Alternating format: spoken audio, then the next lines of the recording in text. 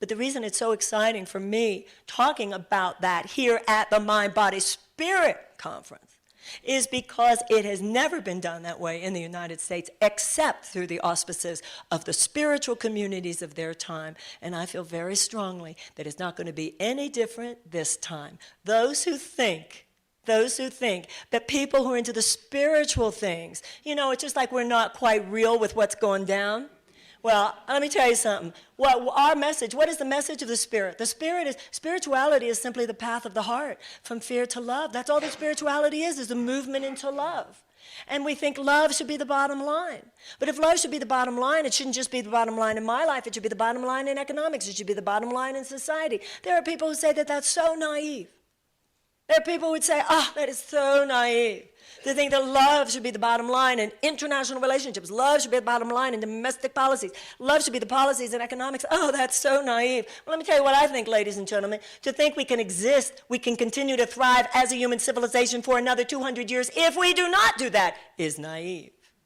That's what's naive. That's what's naive. So, the way I see it is you and I have been pregnant for a long time.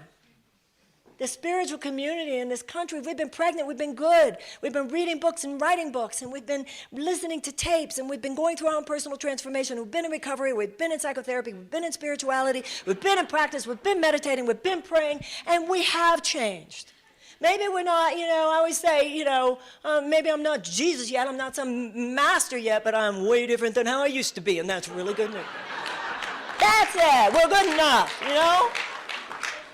And then you say, okay, let's put it all together.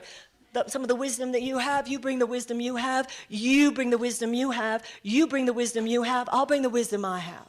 And where you're not wise, I'll compensate with my wisdom. And where I'm not wise, you'll compensate with your wisdom. And you'll bring your understanding of how the media could be uplifting. You'll bring your wisdom about how education could be uplifted. You'll bring your education about how politics could be uplifted. You'll bring your education and your upliftment and your wisdom about how business could be uplifted.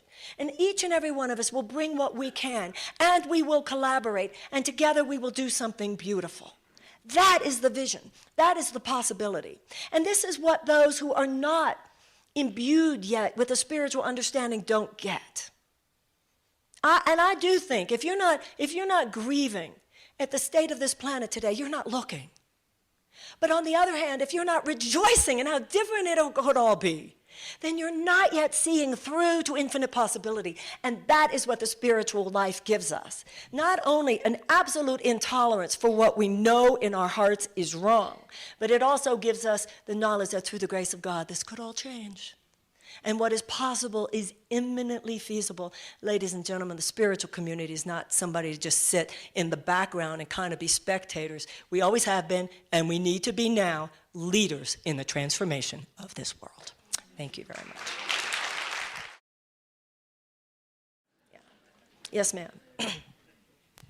Hi, I got a kick out of when you said we've all read all the books, done the same psychotherapy, and I'm right with you.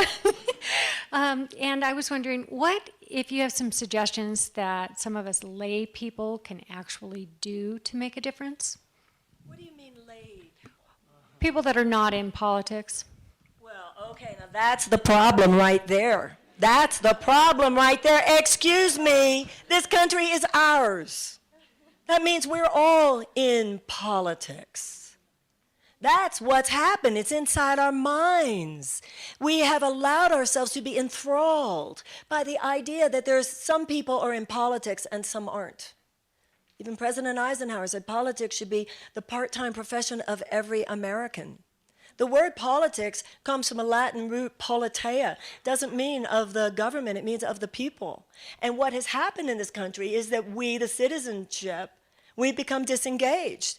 And right now there's like a thief stealing democracy, but we left the doors open and we left the windows open.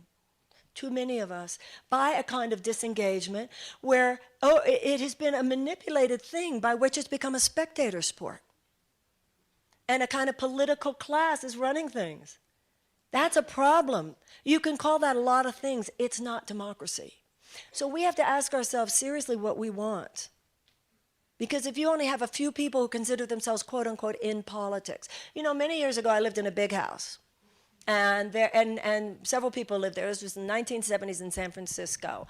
And, I had my bedroom, and somebody else had their bedroom, and somebody else had their bedroom, and God knows there was a lot going on in a lot of those bedrooms, a lot of those lives. However, when it came to what are we going to do about the roof? What are we going to do about the break in the driveway? What are we going to do about, the fact that, they pick up the garbage on Wednesday? We had to have a house meeting. And that's what politics should be. There are the things that really just about you and your business, and you and your business, and you and your business, and some things are about our business. And if we leave it into the hands of what we could consider a political class, you can call that a lot of things, but it's not democracy.